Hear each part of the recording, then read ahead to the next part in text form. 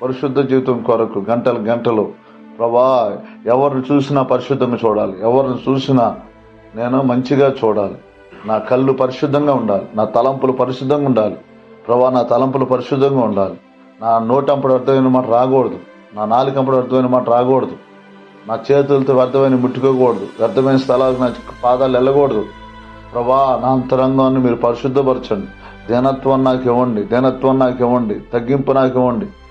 ఒక్కొక్క మాట సాధకం చేస్తూ ఒక జిమ్కి మనిషి ఒక్కో సెట్టు 15 సార్లు 20 సార్లు అట్లా 3 సార్లు 4 సార్లు చేస్తాడు. అలా చేయటం వల్ల జరిగిన మేలు నేను నా జీవితంలో ఎంతో చూశాను. నేను ప్రభు నాకు దర్శనం గురి చేసి ఆ మొదటి కాలంలో నువ్వు చేసిన ప్రార్థన మరలా నువ్వు చేయని చెప్పారు.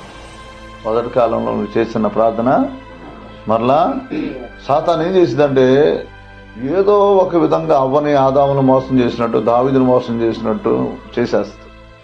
చేసిన తర్వాత నువ్వు చేసావు, నీ జీవితం అయిపోయింది, ఇక అక్కడితో నీ బ్రతిక అయిపోయింది, ఇక ముగించబడటమే, నీ వల్ల ఎవరికి ఉపయోగం లేదు. దేవుడు వాక్యం అలా లేనే లేదు పిల్లరా. పడిన వారిని లేపడానికైనా వచ్చాడు, ఆశగల ప్రాణం తుత్తుపరచడానికైనా వచ్చారు. ఎవరైతే చెడిపోయారో, ఎవరైతే వ్యభిచారులు ఉన్నారో వారిని నీతిమంతులుగా చేసి ఊరు మొత్తాన్ని మార్చేలాగా దేవుడు